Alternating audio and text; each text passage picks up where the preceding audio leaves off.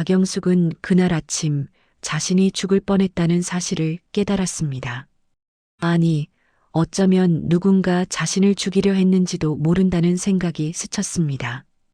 68년을 살아온 인생에서 가장 끔찍한 순간이었습니다. 사흘 전 영숙은 갑작스러운 뇌졸중으로 쓰러졌습니다. 평소 건강했던 그녀였기에 가족 모두가 충격에 빠졌습니다. 다행히 목숨은 건졌지만 오른쪽 팔다리를 제대로 쓸 수 없게 되었고 말도 어눌해졌습니다. 의사는 꾸준한 재활 치료를 하면 호전될 수 있다고 했지만 지금 당장은 누군가의 도움 없이는 일상생활이 불가능한 상태였습니다. 딸 수진이는 대기업 과장으로 일하며 두 아이를 키우느라 매일 병원에 올 수 없었습니다. 퇴직 교사인 남편 박철수는 71세의 고령이라 아내를 혼자 돌보기에는 무리가 있었습니다. 결국 가족회의 끝에 전문 요양보호사를 고용하기로 결정했습니다. 엄마, 걱정 마. 내가 아주 좋은 분 알아봤어. 수진이는 어머니의 손을 꼭 잡으며 말했습니다. 영숙은 딸의 걱정스러운 얼굴을 보며 고개를 끄덕였습니다. 입 밖으로 제대로 나오지 않는 말 대신 눈빛으로 괜찮다고 전했습니다. 이틀 후 새 요양보호사 김지민이 집에 왔습니다. 45세쯤 되어 보이는 그녀는 단정한 유니폼을 입고 부드러운 미소를 띤 채 방문을 열었습니다. 안녕하세요, 어르신. 저는 요양보호사 김지민입니다. 앞으로 정성껏 모시겠습니다. 지민은 공손하게 인사하며 영숙의 손을 살며시 잡았습니다. 그녀의 손은 따뜻했고 악수에는 힘이 실려 있었습니다. 영숙은 그 순간 묘한 느낌을 받았지만 크게 신경 쓰지 않았습니다. 첫날부터 지민의 손길은 전문적이었습니다. 침대에서 휠체어로 옮기는 것부터 식사 보조, 약 챙기기, 화장실 이용까지 모든 것을 능숙하게 처리했습니다. 무엇보다 그녀는 영숙의 자존심을 지켜주었습니다. 도움을 받으면서도 수치스럽지 않도록 배려하는 세심함이 돋보였습니다. 어르신, 천천히 하세요. 서두르지 않으셔도 됩니다.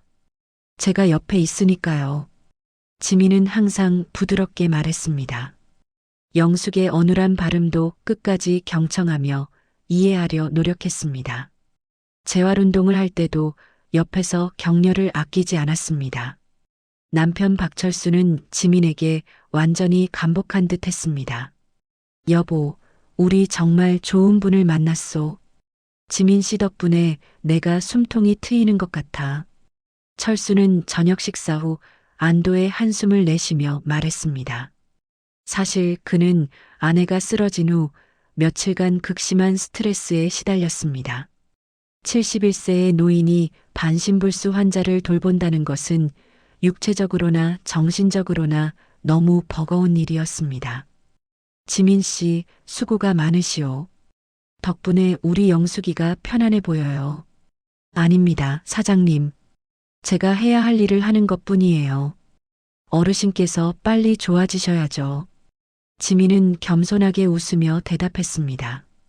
철수는 그녀의 헌신적인 모습에 거듭 감사를 표했습니다. 일주일이 지나면서 영숙도 지민에게 점차 마음을 열기 시작했습니다. 그녀는 정말 잘하는 요양보호사였습니다. 식사는 영숙이 좋아하는 음식 위주로 준비했고 목욕도 편안하게 도와주었습니다. 물리치료 시간에는 동기부여가 되는 말들을 계속 건넸습니다. 어르신, 오늘은 어제보다 팔을 더 높이 드셨어요. 정말 대단하세요. 고마워요. 영숙은 어눌하게나마 감사를 표현했습니다. 지민은 그런 영숙을 보며 환하게 웃었습니다. 그 미소는 정말 천사처럼 보였습니다. 그러나 열흘째 되는 밤, 영숙의 평온한 일상은 산산조각이 났습니다. 그날 밤 10시쯤 영숙은 약을 먹고 누워 있었습니다. 지민이 준 수면제 덕분에 금방 잠이 들 것 같았습니다. 하지만 이상하게도 그날은 잠이 오지 않았습니다. 몸은 나른한데 정신은 또렷했습니다. 침실 문이 살짝 열려 있어 거실의 소리가 들렸습니다. 처음에는 텔레비전 소리인 줄 알았습니다. 그런데 자세히 들어보니 남편과 지민의 목소리였습니다. 이 시간에 웬일인가 싶어 영숙은 귀를 기울였습니다. 사장님, 그동안 정말 힘드셨겠어요. 지민의 목소리가 들렸습니다. 평소보다 더 부드럽고 낮은 톤이었습니다. 지민 씨가 와준 덕분에 견딜만하오. 솔직히 내가 이렇게 늙은 몸으로 영숙이를 돌보는 게 너무 버거웠소. 철수의 목소리에는 피로가 가득했습니다. 당연하시죠. 사장님도 연세가 있으신데 요양은 정말 체력이 많이 드는 일이에요. 그래서 말인데 지민 씨 혹시 시간이 되면 하루 종일 계셔줄 수 있어? 물론 급여는 더 드리고. 영숙의 심장이 두근거렸습니다. 남편이 요양보호사에게 더 많은 시간을 요청하는 것 자체는 이상할 게 없었습니다. 하지만 뭔가 분위기가 묘했습니다. 사장님, 그러면 제가 여기서 지내야 할 텐데요.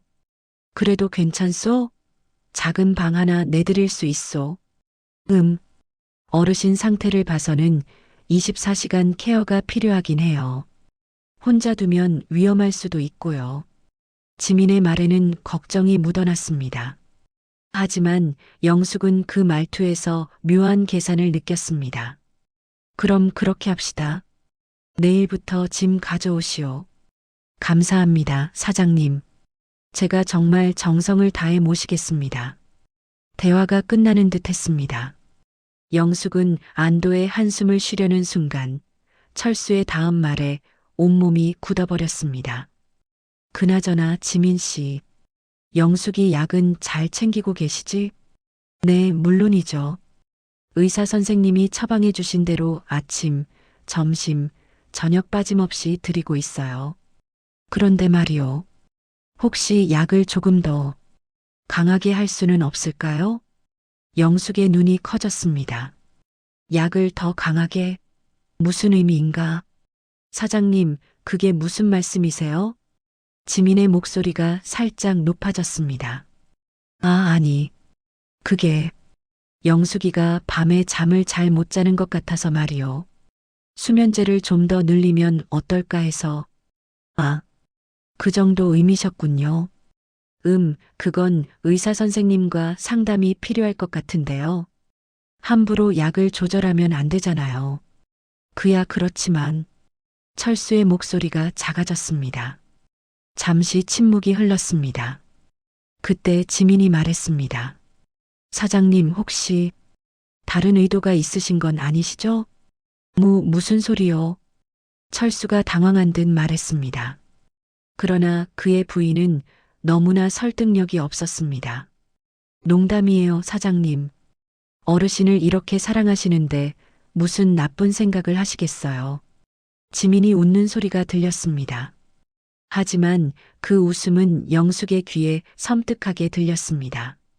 그건 그렇고, 사장님, 혹시 어르신 명의로 된 재산이 얼마나 되시는지 여쭤봐도 될까요? 만약 장기 요양이 필요하면 비용 계획을 세워야 하잖아요. 영숙의 온몸에 소름이 돋았습니다. 재산을 묻다니? 요양보호사가 왜 환자의 재산을 묻는가? 그게 집도 있고 예금도 좀 있소. 정확히는 잘 모르겠소. 영숙이가 다 관리했거든. 그러시군요. 그럼 어르신 명의로 된 통장이나 서류 같은 건 어디 보관하세요? 그건 서재 서랍에 있을 거요. 그렇군요. 영숙은 믿을 수 없었습니다. 남편이 자신의 재산 서류 위치를 낯선 사람에게 알려주다니. 그것도 고작 열흘밖에 안 된 요양보호사에게.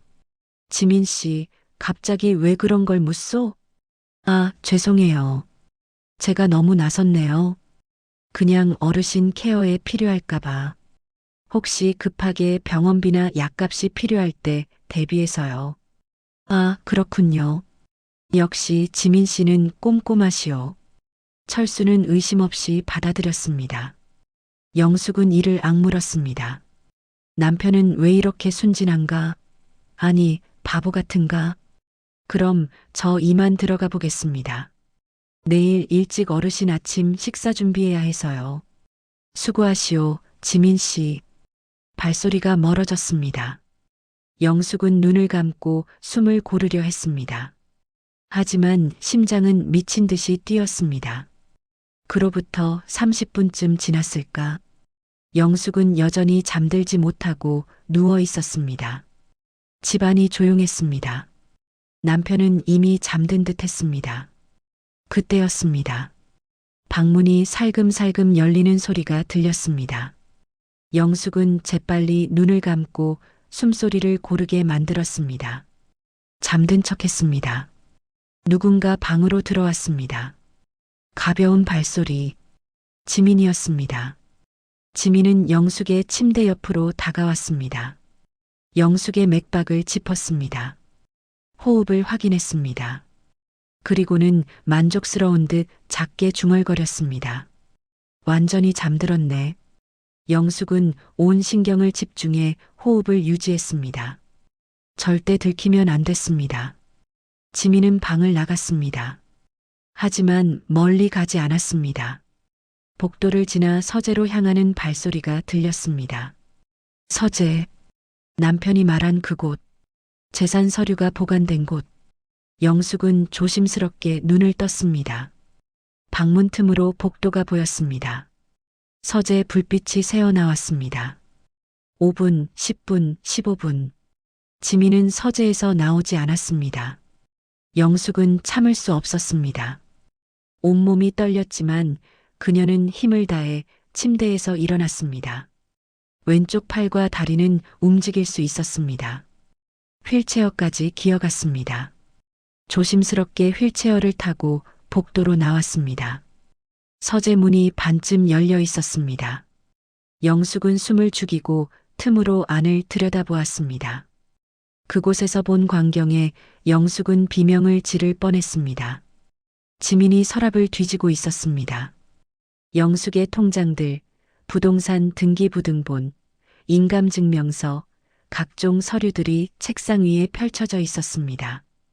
지민은 그것들을 하나하나 스마트폰으로 사진을 찍고 있었습니다.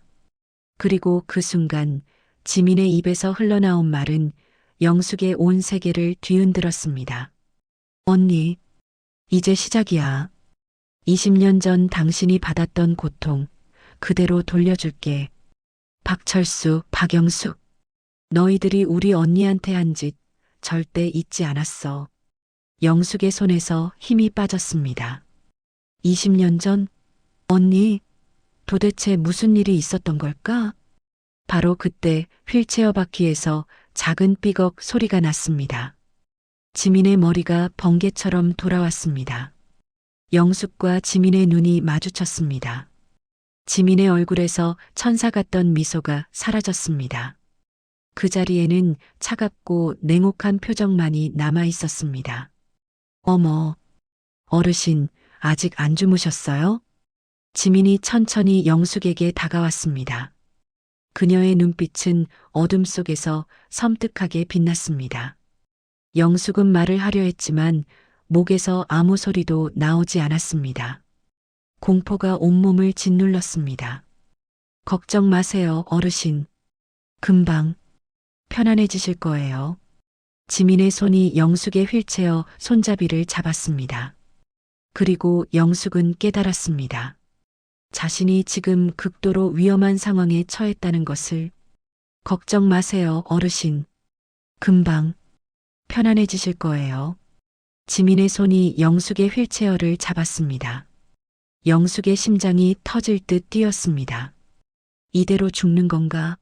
하지만 그 순간 현관문이 열리는 소리가 들렸습니다. 엄마, 나왔어. 딸 수진의 목소리였습니다. 밤 11시가 넘은 시간이었지만 회식이 끝나고 들른 모양이었습니다. 지민의 표정이 순식간에 바뀌었습니다. 차갑던 얼굴에 다시 부드러운 미소가 번졌습니다. 어머, 어르신, 화장실 가시려고 하셨어요? 제가 깜빡했네요. 지금 모셔다 드릴게요. 지민은 자연스럽게 휠체어를 밀며 복도를 지나 화장실로 향했습니다. 수진이 거실로 들어왔습니다. 지민 씨, 이 시간에도 계셨어요? 네, 어르신께서 밤에 깨시면 도와드려야 해서요. 마침 화장실 가시려던 참이었어요. 아이고, 감사합니다. 제가 술 냄새 나죠? 회식이 있었어요. 엄마, 괜찮아? 수진이 어머니에게 다가왔습니다. 영숙은 딸의 얼굴을 보자 눈물이 핑 돌았습니다. 말을 하고 싶었습니다. 이 여자가 위험하다고, 도망쳐야 한다고. 하지만 입에서는 어눌한 소리만 새어나왔습니다. 으, 엄마, 왜 그래? 어디 불편해? 수진이 걱정스러운 얼굴로 물었습니다. 영숙은 지민을 가리키려 했지만 손이 제대로 움직이지 않았습니다. 어르신, 피곤하신가 봐요. 오늘 재활 운동을 열심히 하셔서요. 제가 모시고 가서 재울게요. 지민이 부드럽게 말하며 영숙을 방으로 데려갔습니다. 수지는 아무것도 눈치채지 못했습니다. 방으로 돌아온 영숙은 침대에 누웠습니다. 지민이 이불을 덮어주며 작은 목소리로 속삭였습니다. 운이 좋으시네요, 어르신. 하지만 다음에는 어떨지 모르죠. 조용히 계세요. 아무한테도 말하지 마세요. 어차피 말도 제대로 못하시잖아요. 지민의 눈빛은 얼음장처럼 차가웠습니다. 영숙은 온몸이 얼어붙는 것을 느꼈습니다. 수진이 들어왔습니다. 엄마, 편히 자. 내일 다시 올게. 딸은 어머니의 이마에 가볍게 입맞춤을 하고 나갔습니다. 지민도 따라 나가며 불을 껐습니다. 영숙은 어둠 속에서 눈을 뜨고 있었습니다. 잠들 수 없었습니다. 20년 전의 일이라니? 도대체 무슨 일이 있었던 걸까? 그리고 왜 자신이 표적이 된 걸까? 영숙은 기억을 더듬었습니다. 20년 전이라면 2005년쯤이었습니다. 그때 딸 수진이는 고등학생이었고 남편 철수는 고등학교 교사로 한창 바쁘게 일하던 시기였습니다. 그리고 그 무렵 영숙은 문득 떠오르는 기억이 있었습니다. 남편이 한동안 이상했던 시기가 있었습니다. 늦게 들어오고 전화를 몰래 받고 화장실에서 문자를 확인하고 영숙은 의심했지만 확실한 증거를 잡지 못했습니다. 그러던 어느 날 남편의 주머니에서 낯선 여자의 사진을 발견했습니다. 사진 속 여자는 30대 초반쯤 되어 보였습니다. 예쁜 얼굴에 긴 생머리를 한 여성이었습니다. 뒷면에는 지연아, 사랑해라는 메모가 적혀 있었습니다. 영숙은 남편을 추궁했습니다. 철수는 처음에는 부인했지만 결국 시인했습니다. 학교 신입교사와 불륜 관계였다는 것을. 여자의 이름은 김지연이었습니다. 영숙은 격분했습니다. 이혼을 요구했습니다. 하지만 철수는 무릎을 꿇고 빌었습니다. 딸 수진을 위해서라도 한 번만 용서해 달라고. 영숙은 오랜 고민 끝에 결혼 생활을 유지하기로 했습니다. 단 조건이 있었습니다. 그 여자를 학교에서 쫓아내고 다시는 만나지 말 것. 철수는 약속을 지켰습니다. 김지연은 학교를 그만뒀습니다. 그리고 얼마 후 다른 지역으로 이사를 갔다는 소식을 들었습니다. 영숙은 그 일을 마음속 깊이 묻어두고 살아왔습니다. 그런데 지금 요양보호사 김지민이 말한 언니가 바로 그 김지연이란 말인가? 영숙의 머릿속이 복잡해졌습니다. 김지연은 어떻게 됐을까? 왜 동생이 복수를 하겠다는 걸까? 다음 날 아침 영숙은 평소처럼 행동했습니다. 지민이 식사를 도와줄 때도 재활운동을 할 때도 아무렇지 않은 척했습니다. 하지만 머릿속으로는 계속 생각했습니다. 어떻게 하면 진실을 알아낼 수 있을까? 오후가 되자 남편 철수가 산책을 나갔습니다. 지민은 주방에서 저녁 준비를 하고 있었습니다. 영숙에게 기회가 왔습니다. 휠체어를 타고 조용히 서재로 갔습니다. 어젯밤 지민이 뒤졌던 서랍을 열었습니다. 서류들은 제자리에 있었지만 뭔가 어지러워 보였습니다. 영숙은 오래된 파일 상자를 꺼냈습니다. 20년 전 남편의 불륜 사건 당시 모아뒀던 자료들이었습니다. 그 안에는 김지연의 사진, 남편과 주고받은 편지, 그리고 학교 사직서 사본이 들어 있었습니다. 영숙은 김지연의 사진을 자세히 들여다보았습니다. 그리고 소름이 돋았습니다. 김지연과 김지민. 두 사람의 얼굴이 닮았습니다. 같은 눈매, 같은 입술 모양. 자매가 틀림없었습니다. 그때 파일 속에서 낯선 서류 하나가 떨어졌습니다. 영숙이 처음 보는 것이었습니다. 그것은 사망진단서였습니다. 이름 김지연. 사망일 2005년 11월 3일. 사망 원인 자살 수면제 과다 복용. 영숙의 손이 떨렸습니다. 김지연이 죽었다니? 그것도 자살로? 영숙은 이 사실을 전혀 몰랐습니다. 남편은 왜 이것을 숨겼을까? 어르신, 거기서 뭐 하세요? 등 뒤에서 지민의 목소리가 들렸습니다. 영숙은 깜짝 놀라 서류를 떨어뜨렸습니다.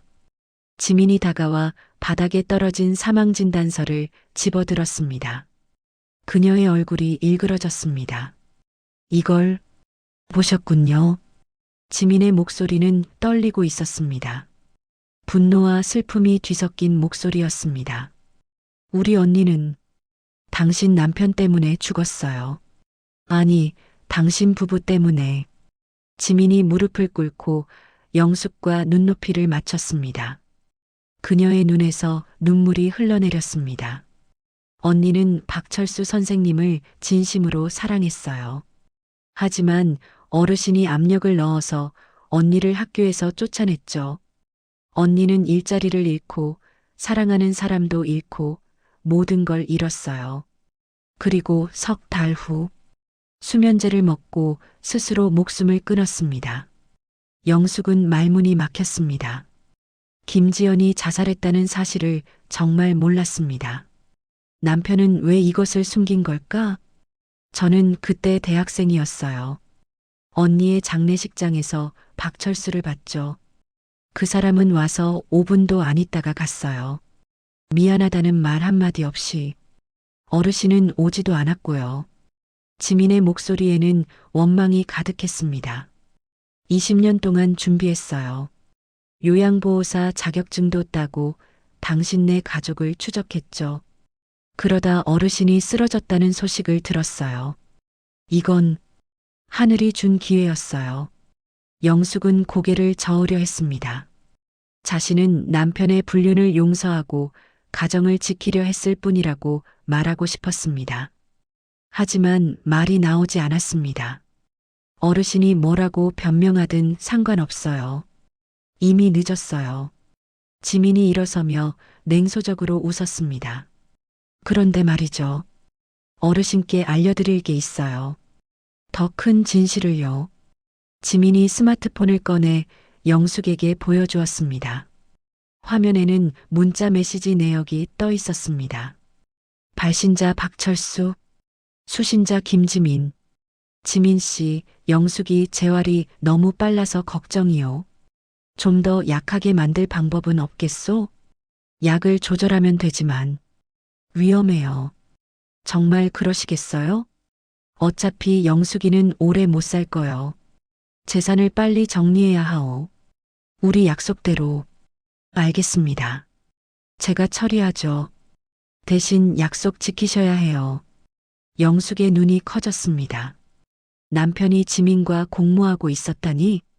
놀라셨죠? 사실 사장님이 먼저 저를 찾아왔어요. 인터넷에서 우연히 제 블로그를 보고 언니 동생이라는 걸 알아챘나 봐요. 그리고 거래를 제안했죠. 지민이 계속 설명했습니다. 자기가 아내의 재산을 독차지하도록 도와주면 그 대가로 절반을 주겠다고요. 어차피 저도 복수하려던 참이었으니까. 일석이조였죠. 영숙은 믿을 수 없었습니다. 45년을 함께 산 남편이 자신을 죽이려 한다니. 그것도 옛날 불륜 상대의 동생과 짜고.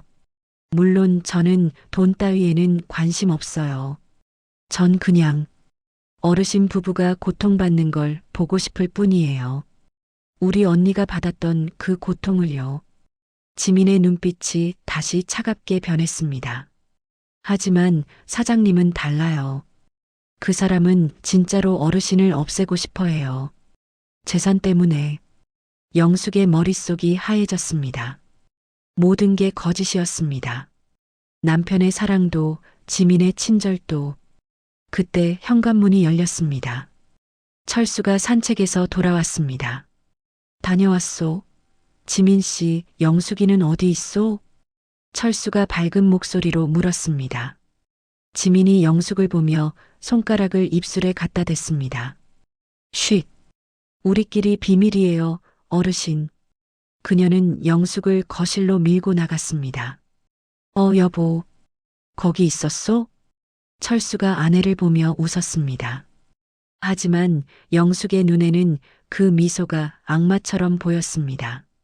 사장님, 오늘 저녁은 어르신이 좋아하시는 미역국 끓였어요. 오, 고맙소. 지민 씨는 정말 우리 영숙이를 잘 아시오. 두 사람은 자연스럽게 대화를 나눴습니다. 마치 아무 일도 없었던 것처럼.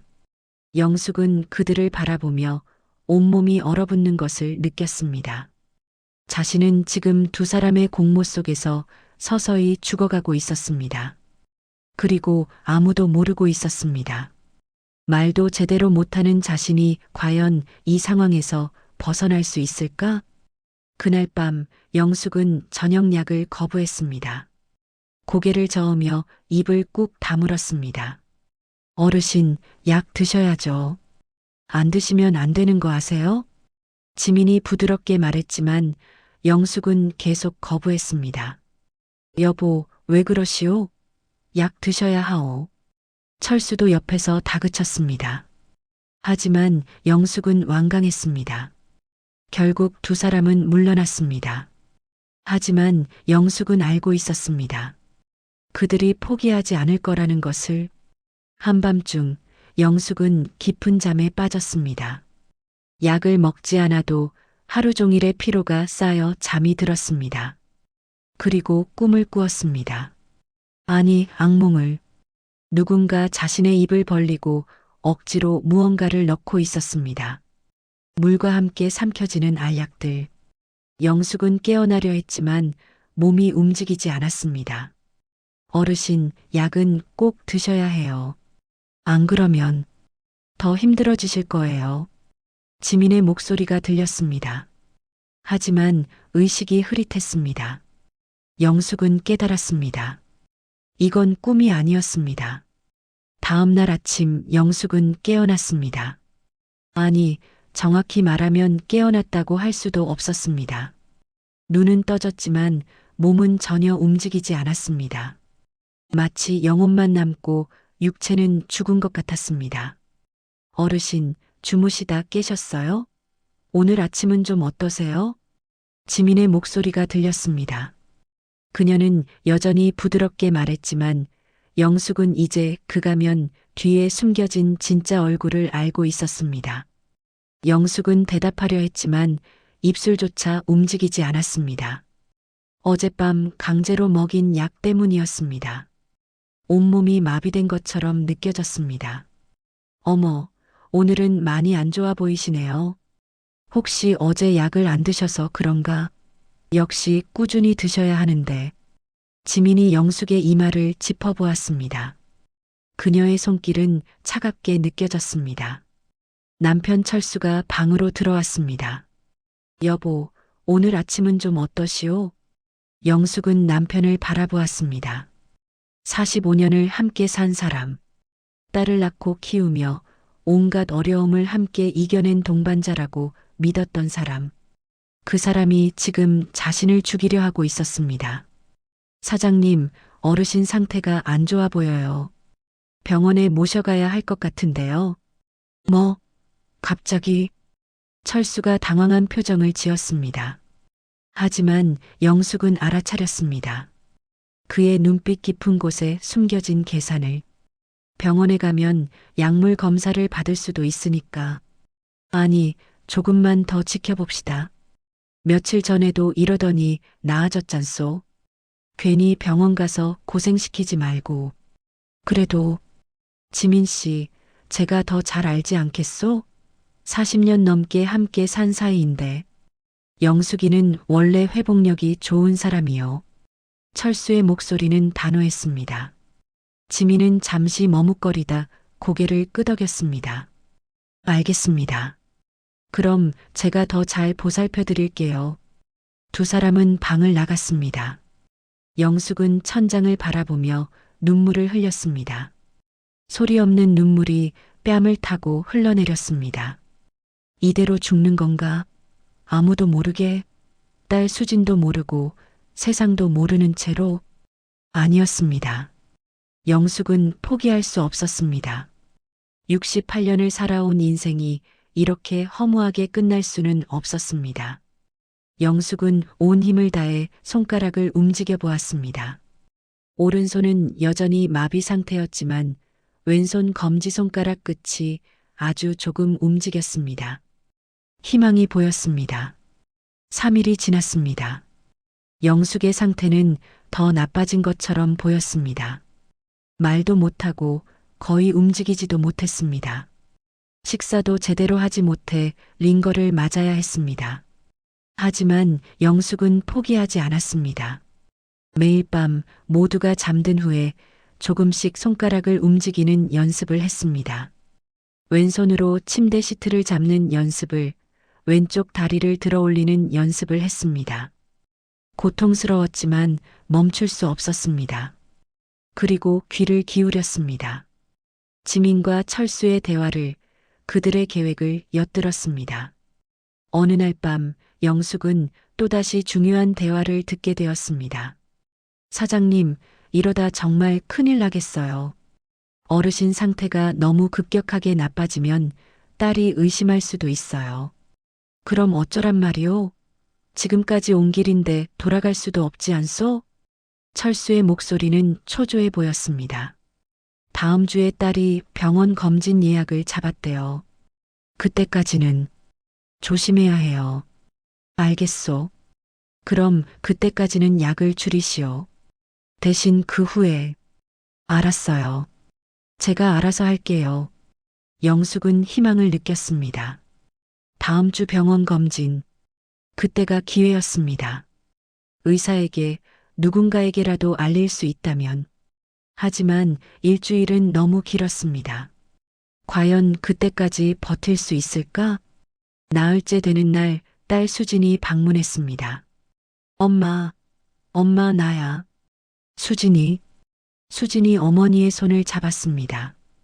영숙은 딸의 따뜻한 손을 느꼈습니다. 눈물이 또 흘러내렸습니다.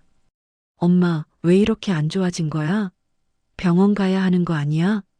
수진이 걱정스러운 목소리로 물었습니다. 따님, 걱정 마세요. 요즘 재활 치료를 열심히 하셔서 좀 피곤하신 것 같아요. 푹 쉬시면 나아지실 거예요. 지민이 옆에서 부드럽게 말했습니다. 그래도 엄마 괜찮아? 영숙은 딸을 똑바로 바라보았습니다. 눈으로 신호를 보내려 했습니다. 도와달라고, 여기서 꺼내달라고. 하지만 수지는 알아채지 못했습니다. 엄마 손이 왜 이렇게 차가워? 지민 씨, 이불 좀 더 덮어드려야 하는 거 아니에요? 아, 네. 제가 깜빡했네요. 지금 바로 해드릴게요. 지민이 이불을 가져다 덮어주었습니다. 영숙은 필사적으로 딸의 손을 움켜쥐려 했습니다. 왼손에 힘을 주었습니다. 그리고 기적처럼 손가락이 움직였습니다. 딸의 손을 꽉 쥐었습니다. 엄마, 지금 내 손 잡은 거야? 수진이 놀란 표정으로 물었습니다. 영숙은 다시 힘을 주었습니다. 한 번, 두 번, 세 번. SOS 신호처럼. 엄마, 손에 힘이 들어갔어. 좋아지고 있는 거야? 수진이 기뻐하며 웃었습니다. 하지만 영숙이 보내려던 신호는 전달되지 않았습니다. 어머, 정말요? 어르신, 대단하세요. 재활 효과가 나타나고 있나 봐요. 지민도 웃었지만 그녀의 눈빛은 차갑게 굳어 있었습니다. 수진이 1시간 정도 있다가 돌아갔습니다. 영숙은 절망했습니다. 딸에게도 신호를 보낼 수 없었습니다. 하지만 영숙은 깨달았습니다. 손에 힘이 돌아왔다는 것을, 조금씩 회복되고 있다는 것을. 그날 밤 지민이 방으로 들어왔습니다. 영숙은 재빨리 잠든 척했습니다. 어르신, 오늘 따님 손 잡으신 거 봤어요. 지민이 낮은 목소리로 말했습니다. 좋아지고 계시네요? 그러면 안 되는데. 지민이 약병을 꺼냈습니다. 하지만 이번에는 수면제가 아니었습니다.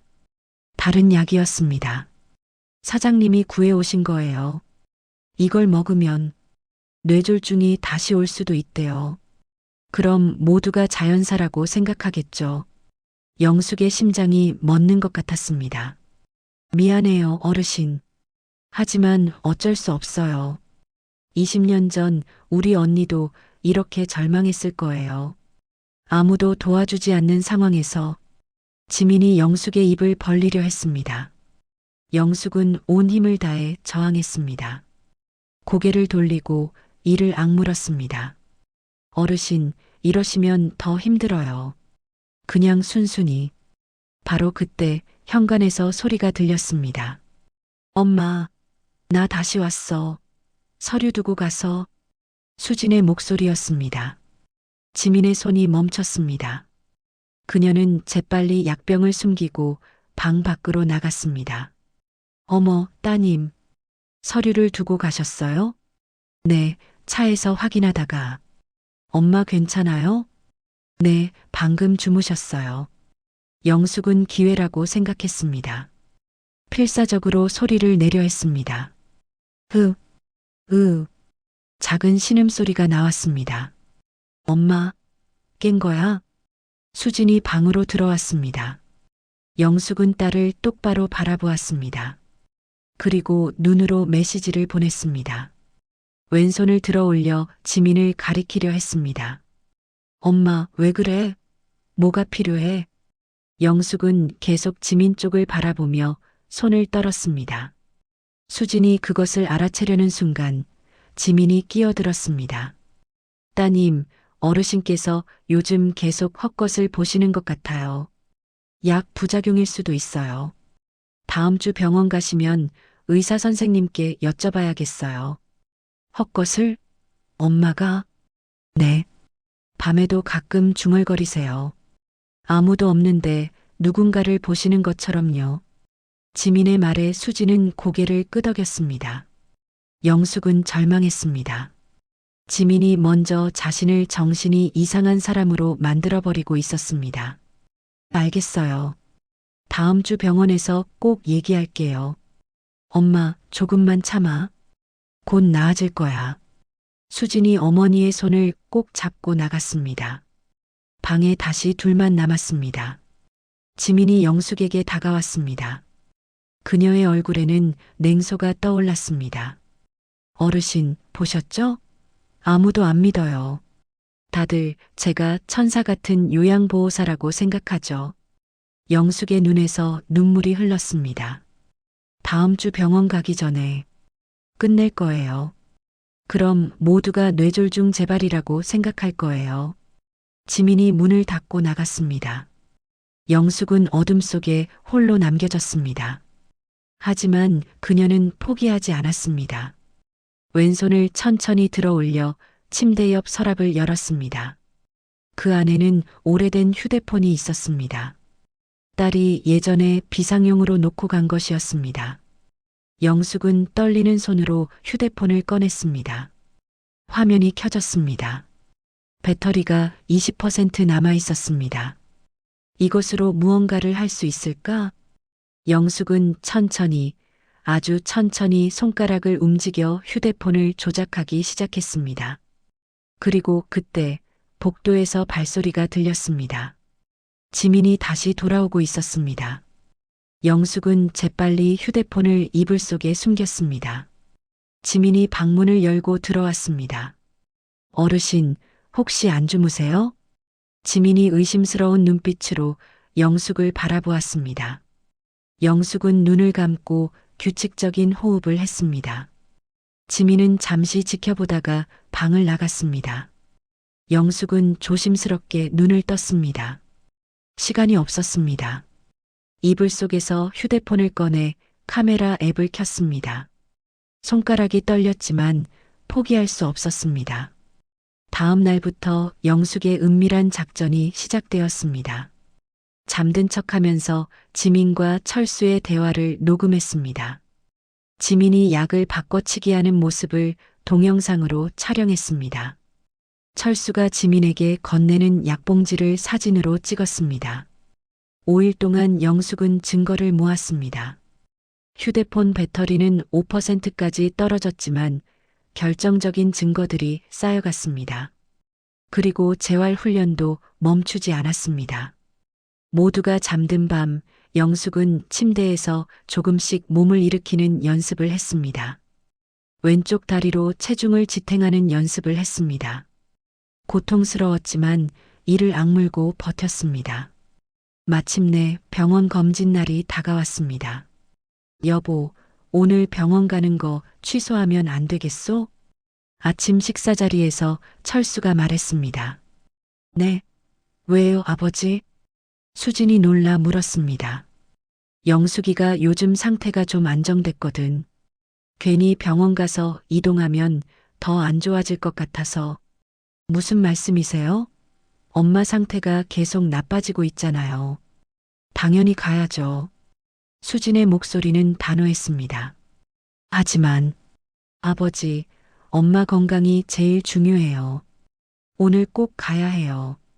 철수는 더 이상 말을 잇지 못했습니다.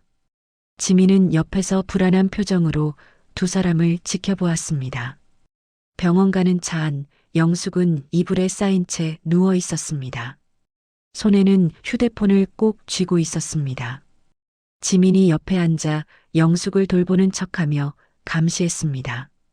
어르신, 병원 가면 의사 선생님께 제대로 된 말씀 못 하실 거예요. 제가 대신 설명해 드릴게요. 지민이 작게 속삭였습니다. 위협이었습니다. 병원에 도착했습니다. 진료실로 들어갈 때 영숙은 마지막 기회라고 생각했습니다. 어르신, 요즘 상태가 어떠세요? 의사가 물었습니다. 영숙은 입을 열려 했지만 목소리가 나오지 않았습니다. 선생님, 환자가 말을 거의 못해요. 제가 설명드릴게요. 지민이 나섰습니다. 어르신께서 요즘 약을 잘 드시고 계시고 재활도 열심히 하고 계세요. 다만 가끔 헛것을 보시는 것 같아서 걱정이에요. 헛것을요? 네, 밤에 아무도 없는데 누군가를 보시는 것처럼 행동하세요. 약 부작용일까요? 의사는 영숙의 차트를 확인했습니다. 현재 복용 중인 약으로는 그런 부작용이 거의 없는데요. 정밀 검사를 해봐야겠습니다. 바로 그때였습니다. 영숙이 왼손을 들어 올렸습니다. 의사의 손목을 잡았습니다. 어르신, 오늘 손에 힘이 있으시네요? 의사가 놀라며 말했습니다. 영숙은 필사적으로 손가락으로 의사의 손바닥에 글자를 썼습니다. 디귿, 오, 이응. 도와달라고. 어르신, 뭔가 말씀하시려는 건가요? 의사가 조심스럽게 물었습니다. 영숙은 고개를 끄덕였습니다. 그리고 주머니에서 휴대폰을 꺼냈습니다. 어머, 어르신, 그게 뭐예요? 지민이 당황하며 휴대폰을 빼앗으려 했습니다. 하지만 의사가 먼저 받았습니다. 잠깐만요. 환자분이 뭔가 보여주시려는 것 같은데. 의사가 휴대폰을 켰습니다. 배터리는 2%였습니다. 화면에 가장 최근 동영상이 떠 있었습니다. 의사가 재생 버튼을 눌렀습니다. 어둠 속에서 지민이 약통을 바꿔치기 하는 모습이 보였습니다. 그리고 그녀의 목소리가 들렸습니다. 언니, 이제 거의 다 끝나. 조금만 더 참아. 이 사람들이 받아야 할 벌을 다 받게 할게. 의사의 얼굴이 굳어졌습니다. 이게 무슨 영상입니까? 그건 어르신이 착각하신 거예요. 제가 그냥 약을 정리하는 모습이고, 지민이 변명하려 했지만 의사는 다음 파일을 열었습니다. 녹음 파일이었습니다. 사장님, 어르신께 이 약을 드리면 뇌졸중이 재발할 수 있어요. 정말 하시겠어요? 어차피 언젠가는 돌아가실 분이요. 그냥 좀 빨리. 철수의 목소리가 또렷하게 들렸습니다. 의사는 즉시 간호사를 불렀습니다. 지금 당장 경찰에 신고하세요. 그리고 보호자분들 모두 대기실에서 기다리시고 환자분은 응급실로 모시겠습니다. 뭐라고요? 무슨 일이에요? 수진이 당황하며 물었습니다. 따님, 지금 설명드릴 시간이 없습니다. 경찰이 오면 자세히 들으실 수 있을 겁니다. 의사의 지시에 따라 간호사들이 영숙을 응급실로 옮겼습니다. 지민은 얼굴이 새하얗게 질린 채 그 자리에 얼어붙어 있었습니다. 지민 씨, 이게 대체 무슨 일이에요? 수진이 다그쳤습니다. 저는 아무것도 안 했어요. 지민이 떨리는 목소리로 말했습니다. 30분 후 경찰이 도착했습니다. 영숙의 휴대폰과 증거들이 제출되었습니다. 지민과 철수는 경찰 조사를 받기 위해 대기실에 남았습니다. 응급실에서 영숙은 정밀 검사를 받았습니다. 혈액 검사 결과 처방되지 않은 약물이 다량 검출되었습니다. 의사들은 즉시 해독 치료를 시작했습니다. 수지는 응급실 밖에서 무너져 내렸습니다. 엄마가 그런 일을 당하고 있었는데 나는 왜 몰랐을까? 그녀는 눈물을 흘리며 자책했습니다. 1시간 후 경찰이 철수와 지민을 체포했습니다. 박철수 씨, 김지민 씨, 살인미수 혐의로 긴급 체포합니다. 철수는 고개를 푹 숙인 채 아무 말도 하지 못했습니다. 지민은 끝까지 저항했습니다. 저는 억울해요. 제 언니를 죽인 건 저 사람들이에요. 20년 전에. 용의자의 진술은 조사 과정에서 청취하겠습니다. 경찰이 두 사람을 연행해 갔습니다. 수지는 응급실로 달려갔습니다. 어머니는 산소 마스크를 쓰고 누워 있었습니다. 하지만 눈은 또렷했습니다. 엄마, 미안해. 내가 몰라봐서 정말 미안해. 수진이 어머니의 손을 잡고 울었습니다. 영숙은 딸의 손을 꼭 쥐었습니다. 의사가 들어왔습니다. 따님, 어머님 상태가 많이 좋아지실 겁니다. 약물이 빠지면 회복 속도도 빨라질 거예요. 정말 대단하신 분이세요. 저런 상황에서 혼자 증거를 모으다니. 의사 선생님, 우리 엄마 정말 괜찮아지는 거죠? 네, 걱정 마세요. 조만간 말씀도 다시 하실 수 있을 겁니다. 수지는 안도의 눈물을 흘렸습니다. 3일 후 영숙은 일반 병동으로 옮겨졌습니다. 약물이 체내에서 빠지면서 몸 상태가 빠르게 호전되었습니다. 말도 조금씩 할 수 있게 되었습니다. 엄마, 물 줄까? 응, 고마워. 어눌하지만 말이 나왔습니다. 수지는 눈물을 흘리며 어머니를 안았습니다. 그날 오후 경찰이 영숙을 찾아왔습니다. 어르신, 몸 상태가 좀 나아지셨다고 들었습니다. 몇 가지 여쭤봐도 될까요? 네. 영숙은 천천히 고개를 끄덕였습니다. 김지민 씨와 남편분의 진술을 들었는데요. 20년 전 일에 대해 알고 계신 게 있으신가요? 영숙은 천천히, 아주 천천히 말했습니다. 남편, 불륜, 김지연. 자살. 네, 알겠습니다. 김지민 씨가 주장하는 내용과 일치하네요. 그런데 한 가지 이상한 점이 있습니다. 경찰이 파일을 꺼냈습니다. 김지연 씨의 사망 사건을 재조사했는데요. 당시 자살로 결론 났지만 몇 가지 의문점이 발견되었습니다. 의문점? 수진이 물었습니다. 네. 사망 당일 김지연 씨의 집에 다른 사람이 있었던 흔적이 있습니다. 당시에는 제대로 조사되지 않았지만 지문과 DNA를 재분석한 결과 경찰이 잠시 말을 멈췄습니다. 박철수 씨의 지문이 나왔습니다. 그것도 김지연 씨가 마신 물컵과 수면제 병에서요. 영숙의 눈이 커졌습니다. 수진도 입을 막았습니다. 설마 아버지가 김지연 씨를 죽인 건가요?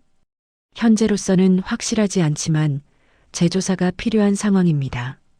어르신, 혹시 20년 전 그날에 대해 아시는 게 있으신가요? 영숙은 천천히 기억을 되살렸습니다. 20년 전 김지연이 죽었다는 소식을 들었을 때 남편은 장례식에 다녀왔다고 했습니다. 하지만 그날 밤 남편은 술을 많이 마시고 계속 중얼거렸습니다. 미안하다. 미안해. 다른 방법이 없었어. 당시 영숙은 그게 단순히 죄책감 때문이라고 생각했습니다. 하지만 지금 생각해보니 그날 밤 남편이 계속 사과했어요. 다른 방법이 없었다고.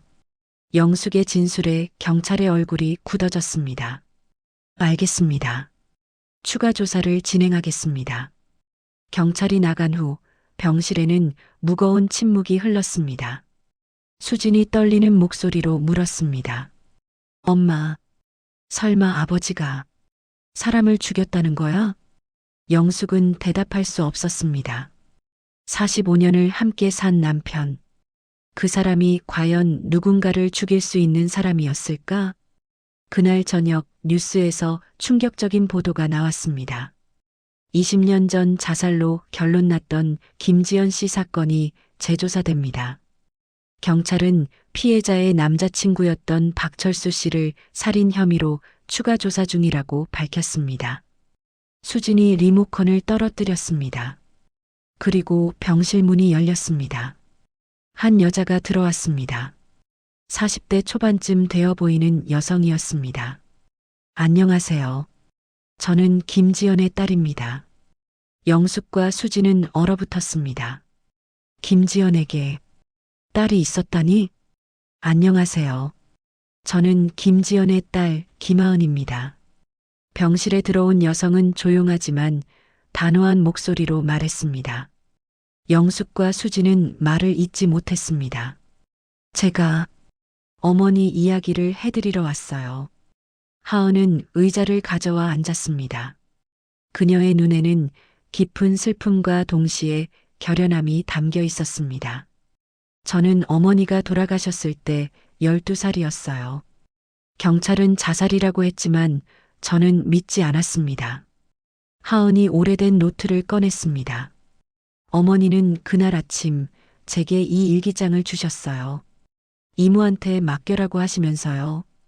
그리고 그날 저녁 돌아가셨죠. 하은이 일기장을 펼쳤습니다. 김지연의 필체로 빼곡히 적힌 글들이 보였습니다. 2005년 10월 15일 철수 씨가 찾아왔다. 다시 만나자고 했다. 하지만 난 거절했다. 그는 화를 냈다. 그럼 모두에게 우리 사이를 폭로하겠다고 협박했다. 나는 두렵다. 하은이는 내 딸이고 그와는 아무 관계도 없다. 영숙의 심장이 멎는 것 같았습니다. 11월 2일 철수 씨에게서 문자가 왔다. 내일 밤 마지막으로 만나자고. 안 만나면 학교와 가족들에게 모든 걸 폭로하겠다고. 나는 너무 힘들다. 하은아, 엄마가 미안하구나. 그것이 마지막 일기였습니다. 다음 날 김지연은 죽었습니다. 경찰에게 이 일기장을 보여줬지만 당시엔 증거로 인정받지 못했어요. 미성년자의 말이라고 엄마가 감정적으로 쓴 글이라고 했죠. 하은의 목소리가 떨렸습니다. 하지만 이제는 달라요. 박철수의 지문이 발견됐고 통화 기록도 확인됐어요. 그날 밤 10시 박철수는 우리 집에 있었습니다. 수진이 고개를 숙였습니다. 자신의 아버지가 저지른 일들이 너무나 끔찍했습니다. 하은 씨, 정말 죄송합니다. 제가 아버지 대신 사과드릴 수는 없지만 사과는 필요 없어요. 하은이 손을 내저었습니다. 저는 진실만 밝히고 싶었어요. 그리고 이모에게도 말하고 싶었어요. 지민 이모, 김지민 씨가 당신 이모였군요. 영숙이 어눌하게 말했습니다. 네. 이모는 엄마 죽음 이후 저를 키워주셨어요. 하지만 복수심에 사로잡혀 있었죠. 저는 이모를 말렸어요. 복수는 아무것도 해결하지 못한다고. 하지만 이모는 듣지 않았어요. 하은이 한숨을 쉬었습니다. 이모가 어르신께 한 일은 잘못됐어요. 하지만 그 분노가 어디서 왔는지는 이해합니다. 20년 동안 살인자가 처벌받지 않고 행복하게 사는 걸 지켜봐야 했으니까요. 병실에 침묵이 흘렀습니다. 다음 날 경찰 조사 결과가 발표되었습니다. 박철수는 20년 전 김지연을 살해한 혐의로 기소되었습니다. 그날 밤 김지연이 재결합을 거부하자 격분한 그는 수면제를 물에 타서 먹였고 의식을 잃은 그녀의 손에 약병을 쥐어주어 자살로 위장했습니다. 그리고 최근에는 아내 영숙을 살해하려 한 살인미수 혐의도 추가되었습니다. 재산을 독차지하기 위해 김지민과 공모했다는 증거가 명확했습니다. 김지민 역시 살인미수 공모 혐의로 기소되었습니다. 하지만 그녀의 변호인은 정상 참작을 요구했습니다. 언니의 억울한 죽음에 대한 복수였다는 점, 그리고 박철수에게 이용당한 측면이 있다는 점을 강조했습니다. 한 달 후 재판이 열렸습니다. 영숙은 휠체어를 타고 법정에 출석했습니다. 재활치료 덕분에 말도 훨씬 또렷해졌고 오른손도 조금씩 움직일 수 있게 되었습니다. 피고인 박철수, 피고인 김지민, 일어서십시오. 판사가 말했습니다. 피고인 박철수는 살인죄 및 살인미수죄로 징역 25년을 선고합니다. 피고인은 20년 전 김지연 씨를 살해하고 자살로 위장했으며 최근에는 배우자인 박영숙 씨를 살해하려 했습니다. 이는 극히 중대한 범죄로 엄정한 처벌이 필요합니다. 철수는 고개를 떨구고 있었습니다. 방청석에서 수진이 울고 있었습니다. 피고인 김지민은 살인미수 공모죄로 징역 7년을 선고합니다. 다만 피고인의 범행 동기와 배경, 그리고 실제 주도자가 박철수였다는 점을 참작하여 형을 감경합니다. 지민은 눈물을 흘렸습니다. 방청석의 조카 하은을 바라보며 입모양으로 미안해라고 말했습니다. 재판이 끝난 후 영숙은 법정 밖에서 하은을 만났습니다. 하은 씨, 제가 20년 전에 당신 어머니를 더 배려했다면 이런 일이 영숙이 떨리는 목소리로 말했습니다. 아니에요, 어르신. 하은이 고개를 저었습니다. 어르신도 피해자예요. 남편에게 배신당하고 목숨까지 위협받았잖아요. 잘못은 오직 박철수 한 사람에게만 있어요. 고맙습니다. 그렇게 말해줘서 두 사람은 서로를 안았습니다. 20년의 원한과 슬픔이 조금씩 녹아내렸습니다. 6개월 후 영숙은 놀라운 회복을 보였습니다. 재활치료를 꾸준히 받은 결과 지팡이를 짚고 걸을 수 있게 되었습니다. 말도 거의 정상으로 돌아왔습니다. 엄마, 오늘 산책 어때? 수진이 물었습니다. 그래, 좋지. 날씨도 좋은데. 영숙이 환하게 웃었습니다.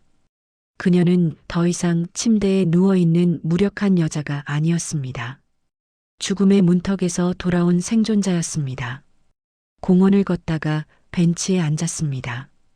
영숙은 하늘을 바라보며 말했습니다. 수진아. 응, 엄마. 엄마가 깨달은 게 있어. 아무리 힘든 상황에서도 포기하면 안 된다는 것. 그리고 진실은 결국 밝혀진다는 것. 엄마, 정말 대단해. 그 상황에서 혼자 증거를 모으고 끝까지 버티고. 너도 알잖니. 엄마가 얼마나 고집이 센지. 영숙이 웃었습니다. 수진도 따라 웃었습니다. 그나저나 하은 씨에게서 연락 왔어. 다음 주에 우리 집에 놀러 오고 싶대. 그래, 좋지. 그 아이도 이제 마음의 평화를 찾았으면 좋겠어. 영숙은 공원의 아이들을 바라보았습니다. 새로운 생명들이 웃고 뛰어놀고 있었습니다. 자신도 이제 새로운 삶을 시작할 수 있을 것 같았습니다. 68년 인생에서 가장 끔찍한 시련을 겪었지만 그것을 이겨냈습니다. 그날 저녁 영숙은 오랜만에 일기를 썼습니다. 오늘부터 새로운 시작이다. 배신과 절망의 나날은 끝났다. 이제는 내가 원하는 삶을 살 것이다. 남은 인생 누구에게도 빼앗기지 않을 것이다. 나는 박영숙, 죽음의 문턱에서 돌아온 여자, 그리고 앞으로도 계속 살아갈 여자. 영숙은 일기장을 덮고 창밖을 바라보았습니다. 달이 밝게 빛나고 있었습니다. 새로운 날이 밝아오고 있었습니다. 그리고 그날들은 오롯이 그녀의 것이었습니다. 1년 후 영숙은 요양보호사 피해자들을 위한 상담센터를 열었습니다. 자신과 같은 피해를 당하는 노인들이 더는 없도록, 그리고 목소리를 내지 못하는 이들을 위해 김하은은 변호사가 되어 노인 인권 보호 활동을 시작했습니다. 어머니와 영숙 어르신의 일을 계기로 더 나은 세상을 만들고 싶다는 꿈을 갖게 되었습니다. 김지민은 교도소에서 진심으로 참회하며 복역 중입니다. 조카 하은이 매달 면회를 오고 그녀는 조금씩 마음의 평화를 찾아가고 있습니다. 박철수는 25년형을 선고받고 복역 중입니다. 가족들은 더 이상 그를 찾지 않습니다. 수지는 어머니와 함께 살며 매일 저녁 함께 산책을 합니다. 그리고 깨달았습니다. 가족의 소중함을, 그리고 곁에 있을 때 사랑을 표현해야 한다는 것을. 악은 결국 심판받았고 선은 승리했습니다. 그리고 박영숙은 오늘도 당당하게 살아갑니다.